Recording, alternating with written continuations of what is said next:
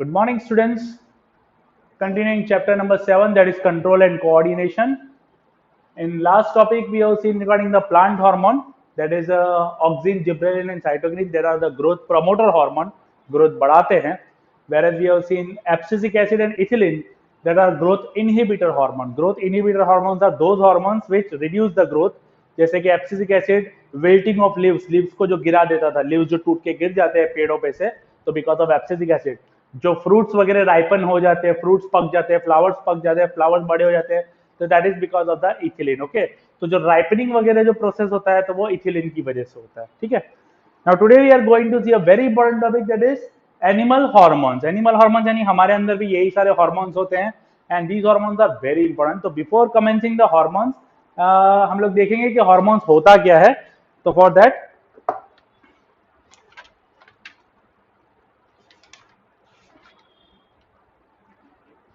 animal hormones.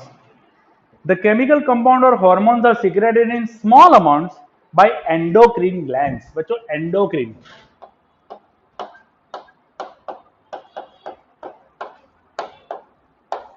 Endocrine gland को ductless glands भी बोलते हैं. डक्ट, डक्ट यानी ट्यूब जैसा समझ लो. जैसे हमने देखा था कि लीवर में से बाइल जूस निकलता है, स्टमक में जाता है, तो वो एक पाइपलाइन के थ्रू जाता है.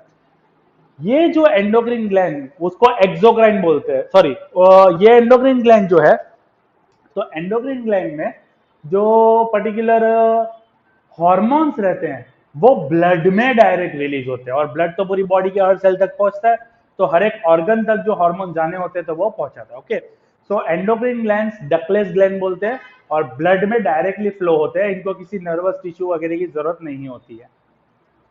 These are poured directly into the blood. They are carried to specific organ with the help of the circulatory system. Circulatory system अपनी बॉडी के जो ब्लड सर्कुलेटरी सिस्टम है उसके थ्रू पूरी बॉडी में जो है वो फैलता है. तो हार्मोन्स जो होते हैं वो एंडोक्रिन ग्लैंड का पार्ट होते हैं. हमारी बॉडी में कई तरह की एंडोक्रिन ग्लैंड है, जैसे पेनक्रियास हो गए, जैसे कि हमारा ब्रेन के जो पिट्यूटरी ग्लैंड है, तो कई सारी ग्लैंड्स है जो हार्मोन सेक्रीट करती है, प्रोड्यूस करती है. ओके, तो एंडोक्रिन ग्लैंड्स के बारे में थोड़ा और देखते हैं. These ductless glands, which forms a group of tissue or cell in acting at distant side of the object or the body, known as target organ of the cell. जहां से produce होते हैं ना, ये पहले भी मैंने बताया था, produce and target organs are different.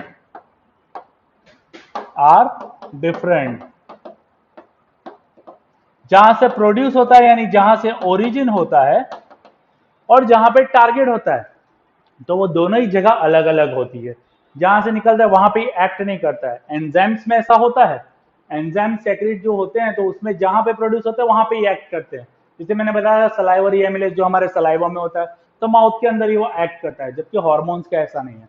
Hormones जहां से ओरिजिन होते हैं वहां से निकल के ब्लड से बहते बहते टारगेट ऑर्गन्स तक जाते हैं. तो उसके बारे में भी हम लोग डिटेल में देखेंगे. These includes glands like, तो कौन कौन सी ग्लैंड है जहां से अलग अलग टाइप के हार्मोन निकलते हैं. तो सबसे पहले पिट्यूटरी ग्लैंड, पिट्यूटरी हमारे ब्रेन में होती है, वो सबका बारे में हम लोग देखेंगे. थायराइड ग्लैंड हमारे नेक में होती है. Endocrine parts of the pancreas, pancreas जो है उसमें दोनों तरह का होता है. पेनक्रियास के बारे में तो बहुत इंपॉर्टेंट इंफॉर्मेशन है, हम लोग देखेंगे. एड्रीनालिन ग्लैंड, एड्रीनल हमारे किडनी के ऊपर होती है. एंड गोनाड्स, तो मेल्स में टेस्टिस जो होते हैं, दीज आर द ऑर्गन्स, और उसमें से हार्मोन्स प्रोड्यूस होते हैं. जबकि फीमेल्स में ओवरीज होती है, तो वो उनका गोनाड कहलाता है. गोनाड्स यानी कि reproductive part of the male and female. Okay, तो लेट्स सी क्या है हार्मोन्स और कौन कौन से हार्मोन्स हमारी बॉडी में है और किस तरह से ये हार्मोन्स जो है वो काम करते हैं. तो सबसे पहले हम लोग यहाँ पे एक टेबल चार्ट फॉर्म में हम लोग लिखेंगे, तो आपको भी अच्छे से दिमाग में बैठेगा.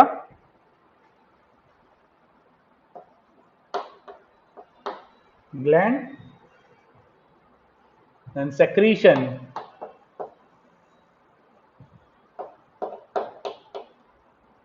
and हार्मोन का फंक्शन.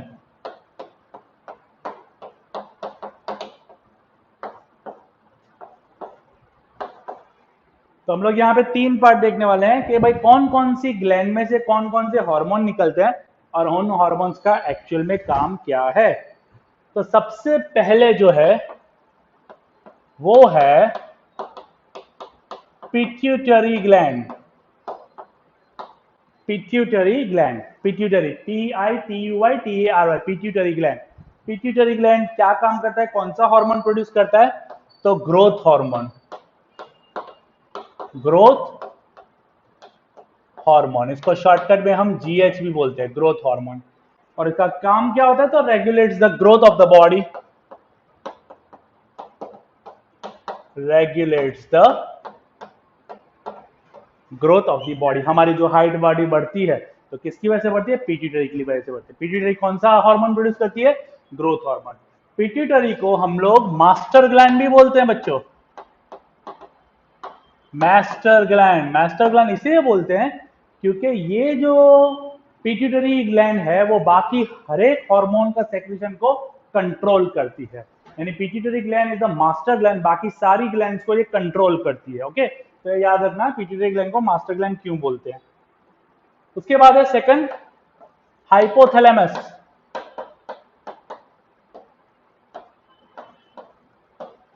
ये पिट्यूटरी ग्लैंड ब्रेन के स्ट्रक्चर में हमने देखा था, पिट्यूटरी ग्लैंड यहां होती है, ओके, और हाइपोथैलेमस एग्जैक्टली इसके ऊपर होती है। हाइपोथैलेमस का काम क्या होता है? पिट्यूटरी ग्लैंड को कंट्रोल करना। ओके, तो ये दोनों चीज दिमाग में रखना। हाइपोथैलेमस ये इसको रिलीजिंग हार्मोन बोलते हैं, रिलीजिंग हार्मोन, RH हार्मोन भी इसको बोलते हैं। और इसका काम क्या होता है? Regulates the secretion of the hormones from pituitary gland,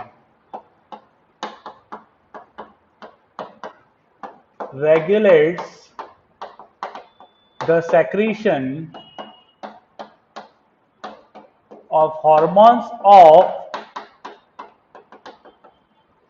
pituitary gland। तो बहुत ही इंपॉर्टेंट इंफॉर्मेशन। हाइपोथैलेमस काम क्या करता है बच्चों? पिट्यूटरी ग्लैंड का जो ग्रोथ हार्मोन है उसको रेगुलेट करता है। अगर हाइपोथैलेमस अच्छे से काम नहीं करेगा ना तो ग्रोथ बढ़ भी सकती है, कम भी हो सकती है। बचपन में जब ये ग्रोथ हार्मोन अगर कम हो गया तो डिफेक्ट अराइज होगा, जिसको बोलते हैं ड्वार्फिज्म, हाइट छोटी रह जाएगी।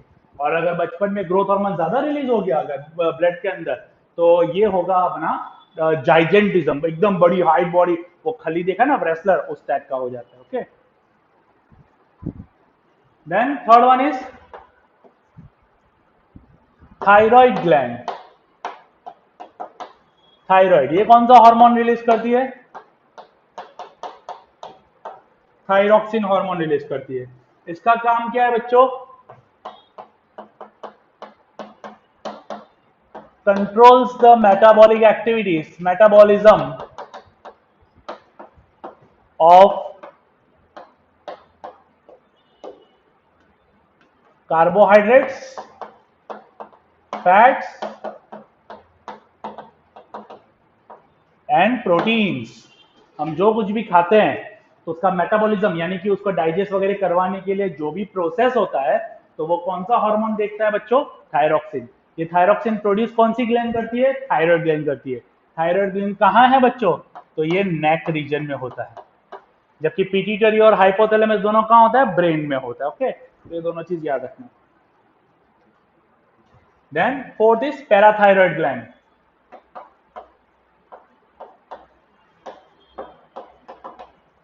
Parathyroid gland below thyroid gland, थोड़ा सा थायरॉइड ग्लैंड के नीचे होता है ये, और ये दो तरह के हार्मोन प्रोड्यूस करता है। पहला है कैल्सिटोसिन, कैल्सिटोनिन सॉरी, और दूसरा है parathormone.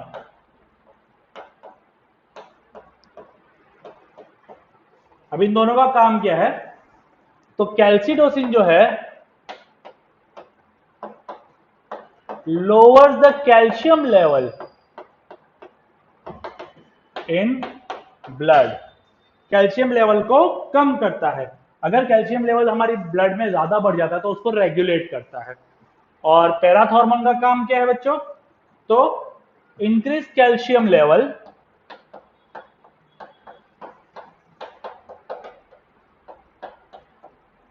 and decrease phosphate level in blood. तो पैराथॉर्मोन जो हार्मोन है एंड कैल्सिटोनिन, ये दोनों कौन प्रोड्यूस करता है? Parathyroid gland. पैराथायरॉयड कहाँ होती है? ये थायरॉयड यहाँ है, तो पैराथायरॉयड उसके थोड़ा सा नीचे है। तो दो तरह के हार्मोन, कैल्सिटोनिन, तो ये क्या काम करता है?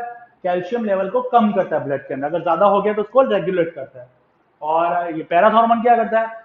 अगर कैल्शियम लेवल कम हो गया तो उसको बॉडी में बढ़ाता है, यानी कि कैल्शियम लेवल को बढ़ाता है, या तो अगर फॉस्फेट लेवल बढ़ गया तो उसको फॉस्फेट लेवल को कम करता है। ये हार्मोन का काम ही होता है बॉडी में रेगुलेशन करना, जो चीजें कम है उसको ज्यादा करता है, कम है उसको रेगुलेट करता है। ओके,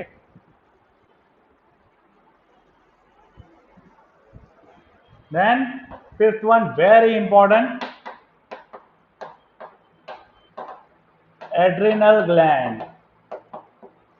एड्रिनल ग्लैंड कौन सा हार्मोन प्रोड्यूस करती है बच्चों? Adrenaline, very important, adrenaline hormone produce करती है। इसका काम क्या होता है? इंक्रीज हार्ट बीट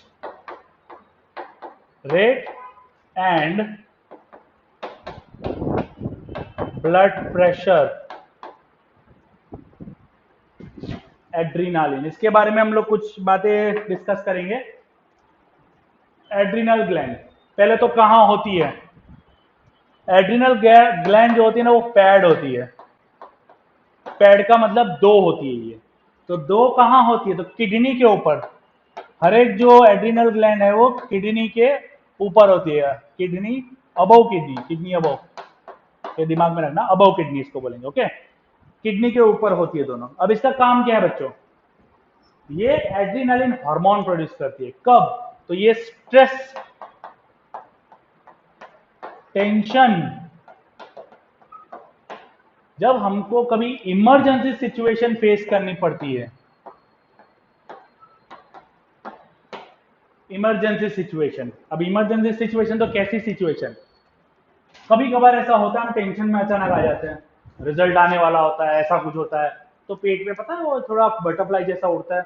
तो ऐसी इमरजेंसी सिचुएशन जब होती है, या तो अगर हमको अचानक से कहीं भागना है, कोई चोर तुम्हारा बाइक लेके भाग रहा है, स्कूटर लेके भाग रहा है, तो उसके पीछे भागोगे ना, तो उस टाइम पे तुमको इंस्टेंट एनर्जी की जरूरत पड़ेगी। तो ये जो एड्रिनलिन हार्मोन होता है ना, हमारे स्ट्रेस लेवल को बढ़ाता है। अब स्ट्रेस लेवल को बढ़ाएगा क्यों और क्या इसका फायदा है? जैसे ही हमारा स्ट्रेस लेवल बढ़ेगा ना बच्चों, तो हमारी हार्ट बीट जो है वो बढ़ जाएगी। हार्ट बीट बढ़ेगी यानी कि ब्लड जो है वो पंप बहुत तेजी से होगा। ऑक्सीजन चाहिए होता है। ऑक्सीजन क्यों चाहिए होता है? ऑक्सीजन हमारे मसल्स को चाहिए। अगर हमको भागना है तो मसल्स को तुरंत कॉन्ट्रैक्ट करना पड़ेगा ना, तो कॉन्ट्रैक्शन के लिए हमको ज्यादा से ज्यादा ऑक्सीजन चाहिए। तो इस केस में हार्ट बीट जैसे ही फास्ट होगी तो ऑक्सीजन लेवल मसल्स में ज्यादा जाना चाहिए, इसकी वजह से हार्ट बीट बढ़ जाती है। ओके, तो ब्लड सप्लाई फास्ट होगा उस पर्टिकुलर ऑर्गन, उस पर्टिकुलर मसल तक, और हम भागेंगे फटाक से, उसमें कोई भी देरी नहीं लगेगी, फटाक से हम लोग भाग सकेंगे। तो जो भी हमको काम करना है, जो तेजी से अचानक से जो हमको काम करना होता है, जिसकी वजह से हम लोग हमारी बॉडी को प्रिपेयर करते हैं इमरजेंसी सिचुएशन, या तो टेंशन अगर कुछ हो गया, या तो स्ट्रेस लेवल अगर है, तो उस टाइम पे हार्ट बीट बढ़ जाता है, ब्लड प्रेशर बढ़ जाता है, हमारा जो डायफ्राम होता है जिससे हम सांस मतलब जो ऑक्सीजन सक करता है, तो डायफ्राम कॉन्ट्रैक्ट हो जाता है। जो ब्लड होता है that instead of going to various organs at particular moment, ये जो ब्लड है वो हमारे मसल्स तक जाता है। हमारे डाइजेस्टिव पार्ट, हमारे स्किन तक तब मसल्स नहीं पहुंचता, क्योंकि मस्कुलर कॉन्ट्रैक्शन होता है अपनी बॉडी में because of this adrenaline hormone, ये बढ़ने पे। ओके, तो ये बढ़ने से होता क्या है, हम इमरजेंसी सिचुएशन को टैकल कर पाते हैं। इसका एकदम सिंपल सा अगर एग्जांपल दूं मैं, तो तुम अचानक टहल रहे हो, अचानक तुम्हारे सामने शेर आ गया, तो तुम क्या करोगे? तो तुमको भागना पड़ेगा वहां से। तुम ऐसे देखते थोड़ी रहोगे कि आजा शेर मुझे मार करके। जैसे ही तुम शेर को देखोगे ना, तुम्हारी हार्ट बीट तुरंत बढ़ना शुरू हो जाएगी, तुम्हारा हार्मोन ब्लड में तुरंत वो रिलीज हो जाएगा, adrenaline, and you need to think what now you need to do, तुमको भागना ही पड़ेगा वहां से। तो भागने के लिए तुम्हारे पैरों की मसल्स में स्ट्रेंथ जब तक नहीं आएगी तब तक तुम भाग नहीं पाओगे। तो जैसे ही तुम इमरजेंसी सिचुएशन देखते हो ना, ये एड्रेनालिन हार्मोन तुम्हारे बॉडी में, तुम्हारे ब्लड में ट्रांसफर हो जाएगा एंड हार्ट बीट बढ़ा देगा। तो सबसे पहली चीज, एड्रेनालिन हार्मोन प्रोड्यूस कहां से होता है? अबव किडनी होता है, वहां पे ग्लैंड है, बट टारगेट कौन सी ऑर्गन को करता है? हार्ट को करता है। हार्ट पे टारगेट इसका होता है, यानी एक्ट यहां से हो रहा है और काम यहां पे हो रहा है। तो ये अलग अलग जगह से प्रोड्यूस और अलग अलग जगह पे काम करता है। ओके, तो एड्रेनालिन हार्मोन जो है हमारे मसल्स तक वो खून कम पहुंचाएगा, डाइजेशन वाले या स्टमक वाले वहां तक कम पहुंचाएगा, और जो मसल्स नीडेड है, हाथ है, पैर है, तो वहां पे जो है वो ज्यादा पहुंचाएगा। तो नोटिस किया होगा कोई भी इमरजेंसी सिचुएशन होती है तो उस टाइम पे अपनी हार्ट बीट जो है वो बढ़ जाती है तुरंत के तुरंत, अपना ब्लड प्रेशर बढ़ जाता है, हमारा एक्सेल और इनहेल भी काफी फास्ट है, सांस लेने में भी हमको काफी एकदम फास्ट हमको करना पड़ता है। ओके, तो ये सारी चीजें कौन करवाता है? तो एड्रेनालिन करवाता है। दूसरा, एड्रेनालिन पैर में होती है, यानी दो होती है ये ग्लैंड, दोनों किडनी के ऊपर ऊपर। ओके, ठीक है, और ये इमरजेंसी सिचुएशन में काम रखता है, तो इसको दिमाग में रखना, adrenaline gland, very important this one. तो इसका स्क्रीनशॉट ले लो बच्चों पॉज करके, और भी हैं हार्मोन तो उसके बारे में भी देखेंगे। ओके, ठीक है।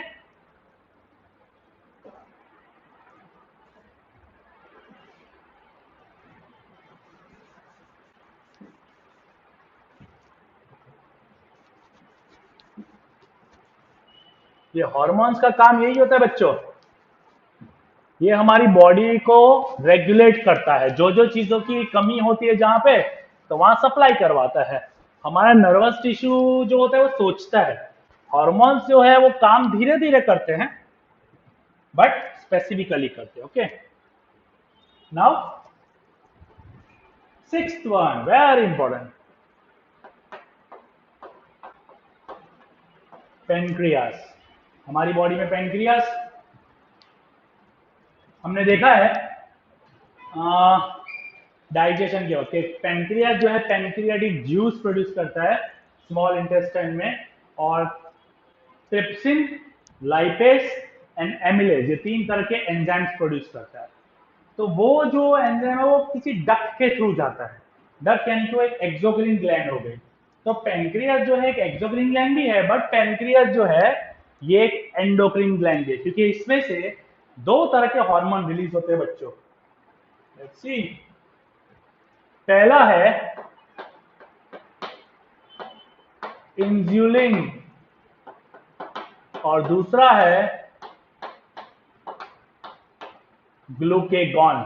दो, इंसुलिन और ग्लूकेगॉन। इंसुलिन के बारे में आपने सुना होगा, डायबिटीज पेशेंट जो होते हैं जिनके बॉडी के ब्लड में ग्लूकोज लेवल यानी शुगर लेवल बढ़ जाता है, तो उनको इंसुलिन के इंजेक्शन लेने पड़ते हैं। तो इंसुलिन प्रोड्यूस कौन करता है बच्चों? तो पेनक्रियास के बीटा सेल्स, वो मैं लिखता हूं बाद में, पहले तो उसका फंक्शन लिख दूं। ये क्या करता है बच्चों? इंसुलिन लोअर्स द ग्लूकोज या तो शुगर लेवल इन ब्लड, जबकि ग्लूकेगॉन क्या करता है? Increases the glucose level in blood. देखो बच्चों, डायबिटीज दो तरह की होती है, एक तो डायबिटीज मेलिटस जो कि टाइप 2 बोलते हैं, एंड डायबिटीज इंसिपिडस जो कि टाइप 1 बोलते हैं। मेलिटस में जनरली क्या होता है? ब्लड में शुगर लेवल बढ़ता जाता है। बॉडी में हमारा जो ब्लड है उसमें हम लोग कार्बोहाइड्रेट, फैट, प्रोटीन वगैरह सब खाते हैं, तो बॉडी में शुगर लेवल जो है वो बढ़ता है, C6H12O6 ग्लूकोज लेवल जो है वो बढ़ता जाता है। तो ग्लूकोज लेवल जो बढ़ता जाता है बच्चों, ग्लूकोज लेवल जो बढ़ता जाता है तो इसको कंट्रोल करना पड़ता है, अदरवाइज कंट्रोल नहीं करेंगे तो इसके हार्मफुल इफेक्ट्स होते हैं, कई सारी डिसीज होती है फिर उसमें से। तो डायबिटीज एक बार आ गया, दैट मीन्स के इंसुलिन जो है ये कम प्रोड्यूस हो रहा है। अब ये इंसुलिन प्रोड्यूस कहां से होता है? तो पेनक्रियास में से। पेनक्रियास में कौन? तो बीटा सेल्स। पेनक्रियास के बीटा सेल्स जो होते हैं वो इंसुलिन को प्रोड्यूस करते हैं। जैसे हम खाना खाएंगे ना तो कार्बोहाइड्रेट लेवल बढ़ेगा, शुगर लेवल बढ़ेगा, तो जैसे ही ब्लड में एक पर्टिकुलर अमाउंट से ज्यादा बढ़ता है तो इंसुलिन प्रोड्यूस होगा अपने आप एक नॉर्मल बॉडी में। तो इंसुलिन प्रोड्यूस होने से क्या होगा? जो एक्स्ट्रा ग्लूकोज है वो कम कर देगा, जो एक्स्ट्रा शुगर प्रोड्यूस हुआ वो कम कर देगा। ओके, तो ये हो गया इंसुलिन की वजह से। कभी कभार ऐसा होता है कि ब्लड में शुगर लेवल प्रोड्यूस ही नहीं हो रहा है, यानी कि हम खाते हैं भले कुछ भी है बट शुगर लेवल बन ही नहीं रहा है, तो उस केस में ग्लूकेगॉन काम करेगा। ग्लूकेगॉन क्या काम करेगा? ग्लूकोज लेवल को इंक्रीज करेगा। तो ये दोनों चीज करता है, ग्लूकोज लेवल को इंक्रीज भी करता है, ग्लूकोज लेवल को डिक्रीज भी करता है। ओके, तो जरूरत पड़ने पर हमारे बॉडी में अपने आप ये सिस्टम होता है, डिटेक्ट करेगा कि हमारे ब्लड में क्या ग्लूकोज लेवल ज्यादा है या कम है। अगर ज्यादा हो गया है तो उसको कम करेगा बाय प्रोड्यूसिंग इंसुलिन, अगर कम हो गया है तो उसको ज्यादा करेगा बाय प्रोड्यूसिंग ग्लूकेगॉन। इसीलिए पेनक्रियास को एंटागोनिस्ट भी बोलते हैं। एंटागोनिस्ट यानी अपोजिट इन नेचर। एंटागोनिस्ट का मतलब क्या होता है? Opposite in nature. कम हो गया तो ज्यादा कर रहा है, ज्यादा हो गया तो कम कर रहा है। तो पेनक्रियास ये है। और पेनक्रियास हमने देखा था एंजाइम भी प्रोड्यूस करता है, यानी एक्सोक्राइन ग्लैंड भी है और ये एंडोक्राइन ग्लैंड भी हुआ, क्योंकि बिना डक के भी काम करता है, ब्लड में डायरेक्ट ये हार्मोन्स जो है उसको रिलीज करता है। Okay, then seventh testis. Testis सिर्फ मेल्स में होते हैं बच्चों। ये कौन सा हार्मोन प्रोड्यूस करता है? टेस्टोस्टेरॉन। और इसका काम क्या होता है?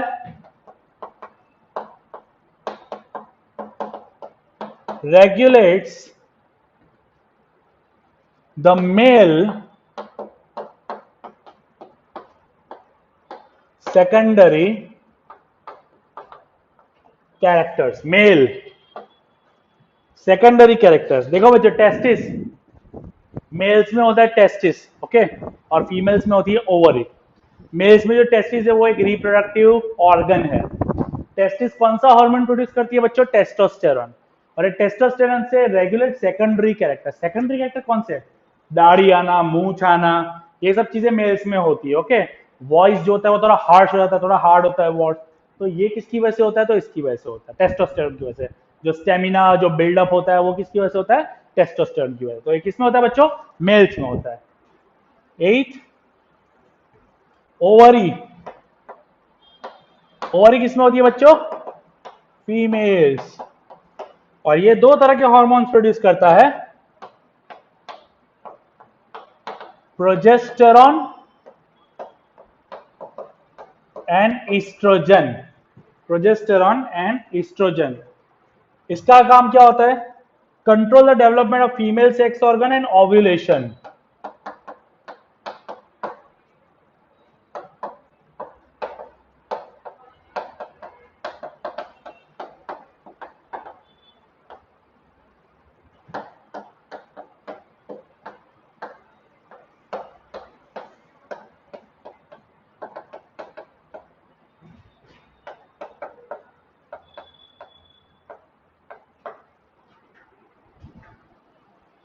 ओवरीज फीमेल्स में होता है, दो तरह के हार्मोन प्रोड्यूस करता है, प्रोजेस्टेरॉन एंड एस्ट्रोजन। ओके, ये काम क्या करता है? फीमेल सेकेंडरी सेक्सुअल कैरेक्टर्स, इस चीज को, ये दोनों में जो सेकेंडरी सेक्सुअल कैरेक्टर्स है ना, इसको बोलते हैं पुबर्टी बच्चों।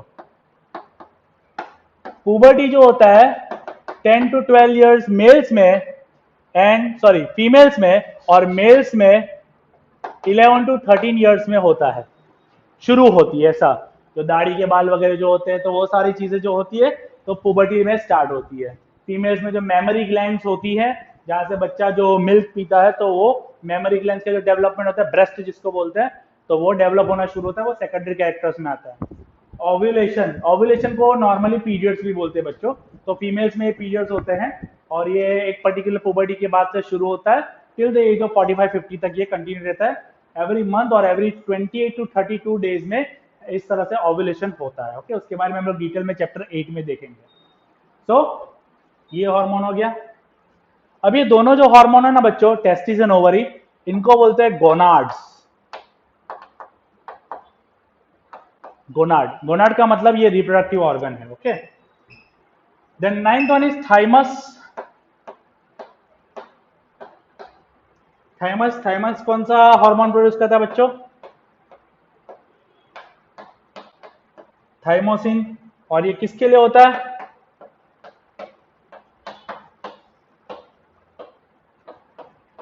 प्रोड्यूसेस इम्यूनिटी, हमारी बॉडी को कई सारी डिसीज से बचाता है। यहां होता है हार्ट के थोड़ा बाजू में अंदर। इम्यूनिटी प्रोवाइड करता है। Thymosin is the hormone, okay. And pineal gland, ये कौन सा हार्मोन प्रोड्यूस करती है? तो मेलेटोनिन। और इसका काम क्या होता है? स्टिमुलेस मसल्स कॉन्ट्रैक्शन। मसल जो कॉन्ट्रैक्ट करते हैं, हम कोई भी एक्शन करने के लिए हमको मसल्स को कॉन्ट्रैक्ट करना जरूरी है, तो वो कौन करवाता है? Pineal gland. दूसरा इसका काम है स्किन टोन, स्किन पिगमेंट या तो स्किन टोन को भी ये बढ़ाता है या कम करता है, यानी कि जो स्किन अपनी होती है ब्राउनिश, व्हाइटिश, ब्लैकिश, तो ये कौन कंट्रोल करता है? तो ये पीनियल ग्लैंड करता है। ये भी होती है भेजे में, यानी कि ब्रेन में, ओके। थाइमस कहाँ होता है? तो हार्ट के थोड़ा बाजू में होता है ये, यानी चेस्ट पार्ट में होता है। ओवरीज एंड टेस्टिस हमारे बॉडी के लोअर बैक एब्डोमेन के नीचे होता है। फिर पेनक्रियास हमको पता ही है पेट के साइड पे होता है, तो इस तरह से, ओके। तो these are the organs, these are the hormones which are produce in the body. अलग अलग तरह के हार्मोन्स है, सभी के हमने फंक्शंस देखे, सभी का काम करते हमने वो देखे। तो इमरजेंसी सिचुएशन हो तो एड्रेनालिन है, जैसे कि पेनक्रियास है, शुगर लेवल को मेंटेन करता है। देन आयोडीन जो है तो थायराइड ग्लैंड को बैलेंस करता है। तो हम लोग यहाँ पे एक चीज थायराइड ग्लैंड में देखना भूल गए कि थायराइड ग्लैंड जो है, थायराइड में जो थायरोक्सिन हार्मोन जो है उसको कौन बैलेंस करता है? तो आयोडीन। आयोडीन बैलेंस करता है। अब आयोडीन हमको मिलता कैसे है? तो हम लोग जो नमक खाते हैं ना बच्चों, उसके ऊपर लिखा होगा आयोडाइज सॉल्ट। आयोडीन वाला नमक खाने से हमारी बॉडी में नॉर्मल अमाउंट जितना हमको चाहिए ना उतना आयोडीन मिल जाता है, जिसकी वजह से थायराइड जो है वो बैलेंस रहता है। अगर ये आयोडीन की कमी हुई तो गॉइटर नाम की डिसीज होती है, नेक रीजन पूरा फूल जाता है, तो उसको गॉइटर बोलते हैं। तो पहाड़ी इलाकों में जहां पे नमक में आयोडीन की कमी होती है ना, तो वहां पे ये खास डिसीज होती है, ओके। तो गॉइटर डिसीज होती है आयोडीन की कमी होने की वजह से। आयोडीन क्यों जरूरी है? थायरोक्सिन हार्मोन बनने के लिए जरूरी है। ये हार्मोन बनेगा तो क्या काम करेगा? फैट मेटाबॉलिज्म, यानी कार्बोहाइड्रेट फैट प्रोटीन को रेगुलेट करेगा, ओके, इस तरह से। तो हार्मोनल डिसऑर्डर्स के बारे में हम लोग बात करते हैं कि अगर हार्मोनल डिसऑर्डर हो गया तो क्या होगा, अगर किसी भी तरह से कोई भी हार्मोन प्रोड्यूस अच्छे से नहीं हुआ तो क्या होगा। All hormone secreted in our body are required in specific amount, एक पर्टिकुलर अमाउंट में चाहिए, बहुत ज्यादा प्रोड्यूस भी नहीं होना चाहिए, बहुत कम भी नहीं। A slightly more that is hypersecretion और a slightly less that is hyposecretion of any hormone can lead to different disorder. जैसे ड्वार्फिज्म, तो ड्वार्फिज्म के बारे में है,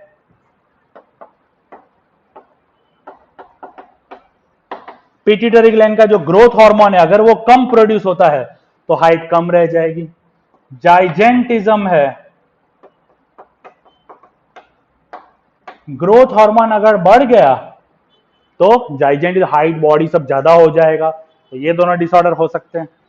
हाइपर सेक्रेशन, जाइजेंटिज्म में हाइपर सेक्रेशन ज्यादा प्रोड्यूस होता है, जबकि ड्वार्फिज्म में ग्रोथ हार्मोन जो पिट्यूटरी ग्लैंड का ग्रोथ हार्मोन है वो कम प्रोड्यूस होता है। गॉइटर के बारे में मैंने बताया अभी कि गॉइटर कैसे होता है, ये डिसीज क्यों होगी, आयोडीन की कमी की वजह से होता है, जो कि थायरोक्सिन हार्मोन बनाएगा नहीं। डायबिटीज मेलिटस के बारे में मैंने बताया, डायबिटीज ये अगर प्रोड्यूस नहीं हुआ अच्छे से तो डायबिटीज होता है, डायबिटीज मेलिटस। ये इंसुलिन की कमी की वजह से होता है, मेलिटस जो है वो इंसुलिन की कमी की वजह से होता है। तो diabetes mellitus occurs when reduced insulin in secreted by the beta cells of pancreas। ये जो बीटा सेल्स है अगर कम प्रोड्यूस होंगे पेनक्रियाज में से, जो कि इंसुलिन भी प्रोड्यूस नहीं करेंगे, और इंसुलिन अगर प्रोड्यूस नहीं होगा तो शुगर लेवल बढ़ता जाएगा। This lead to the sugar accumulation in the body. If it is not secreted in proper amount, the sugar level in the blood rises, causing many harmful effects. People with high blood level sugar takes insulin injection as a treatment. आपने देखा होगा, अगर आपके घर में किसी को है तो बात अलग है, नहीं है तो सुना होगा आपने कि इंसुलिन के इंजेक्शन लेने पड़ते हैं, जिसकी वजह से जो शुगर लेवल है वो कंट्रोल में आता है, ओके। फीडबैक मैकेनिज्म, फीडबैक, हम कोई भी चीज जब इस्तेमाल करते हैं तो उसका फीडबैक लेते हैं ना, कंपनी फीडबैक फॉर्म भरवाती है। यहां पे फीडबैक थोड़ा अलग है। फीडबैक का मतलब क्या होता है बच्चों? Feedback mechanism.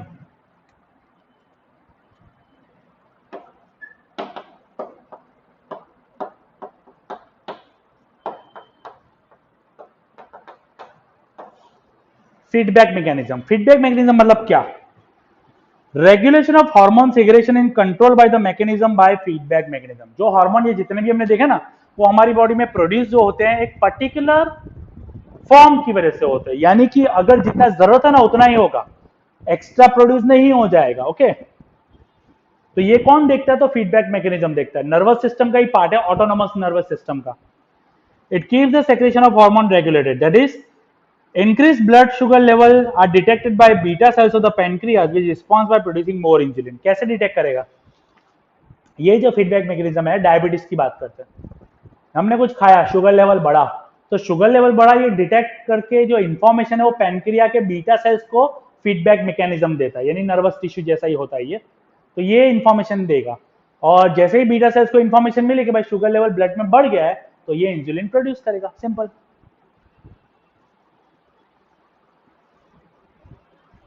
और फिर ग्लूकोज का लेवल कम हो जाएगा, शुगर लेवल कम हो जाएगा। जैसे ही शुगर लेवल कम हो जाएगा, इंसुलिन के जो हार्मोन है वो भी कम हो जाएगा। तो एट पर्टिकुलर टाइम जैसा जैसा रिक्वायरमेंट होता है, तो वैसा वैसा फीडबैक मैकेनिज्म हार्मोन को रिलीज करवाता है। Okay, no doubt the release of the hormone is quite slow. हमारा जो नर्वस टिश्यू होता है ना, वो काफी फास्ट एक्ट करता है, और हार्मोन्स जो होते हैं ना, वो काफी स्लो एक्ट करते हैं। ये फास्ट होने की वजह से सारी ऑर्गन्स पे, सारे पार्ट्स पे अफेक्ट नहीं दिखाता है, जबकि हार्मोन्स जो होते हैं all parts of the body पे अफेक्ट दिखाता है। यानी कि सपोज से ग्रोथ हार्मोन की बात है, तो अपनी पूरी बॉडी ग्रो होती है, बट यहाँ पे हार्मोन्स जो है जहां पे जाना चाहिए ना वहीं जाएगा, हर जगह नहीं पहुंचेगा। कभी हमने देखा है कि हमारे चेहरे पे उंगलियां आ गई? उंगलियां कहाँ आती है? हाथ में आती है, पैर में आती है। चेहरे पे उंगलियां आ गई, ऐसा कभी देखा है? नहीं। तो ये सारी चीजें रेगुलेट जो होती है वो हार्मोन्स का एक पर्टिकुलर साइट, पर्टिकुलर जगह पे जाके ही होता है। ओके, सो फीडबैक मैकेनिज्म का बहुत ही इंपॉर्टेंट रोल है। ये ऑटोमेटिकली डिटेक्ट करता है कौन से हार्मोन की कहाँ जरूरत है, और वहां उस हिसाब से हार्मोन्स को ब्लड स्ट्रीम में पहुंचाएगा, पर्टिकुलर ग्लैंड से रिलीज करवाएगा। Okay, so nervous tissue and hormones, ये दो जो है वो कंट्रोल एंड कोऑर्डिनेशन हमारी बॉडी में करवाते हैं। ठीक है, तो that was a chapter, very important chapter. जितनी इंफॉर्मेशन है हमने हार्मोन्स के बारे में देखी है, बहुत ही ज्यादा इंपॉर्टेंट इंफॉर्मेशन है। इसको अच्छे से दिमाग में रखना और अच्छे से इसके ऊपर फोकस करके काम भी करना। ठीक है, तो अभी तक हमने एसएस में देखने जाए तो एसएस में 1 2 3 4 8 9 एंड 15 16 एसएस में इतना चैप्टर हो गया है। और साइंस में अगर हम लोग देखेंगे तो 1 देन 6 7 एंड 14 15 5 चैप्टर हमारे साइंस में हो गए। अब आपकी एसएस की टेस्ट है। ओके, ये 29 30 को, जो 30 को अपनी एसएस की है, 3 चैप्टर की टेस्ट है, 1 8 एंड 15। तो 1 और 8 जो है, सॉरी 1 और 15 जो उसकी इस वीक में मैं ऑब्जेक्टिव टेस्ट ले रहा हूँ, नेक्स्ट वीक में जो है तो वो तुम्हारा 15 की, 1 की और 8 तीनों की सब्जेक्टिव टेस्ट लूंगा। So be prepare for that. Okay, तो अगर कुछ भी समझ में नहीं आया तो आप लोग मैसेज करना, कॉल करना, पूछ सकते हैं, कमेंट नीचे कर सकते हैं। वीडियो में करना है तो या तो डायरेक्ट भी मुझे मैसेज कर सकते हैं। ठीक है, सारे वीडियोस अभी यूट्यूब पे मैंने वापस से ओपन कर दिए हैं, आप लोग को वहां से देखना है वहां से भी देख सकते हैं, और लिंक पे से देखना है तो वहां से भी देख सकते हैं। Okay, so thank you very much. आज का ये वीडियो था, and that was chapter number 7, animal hormone was the part. Okay, thank you very much.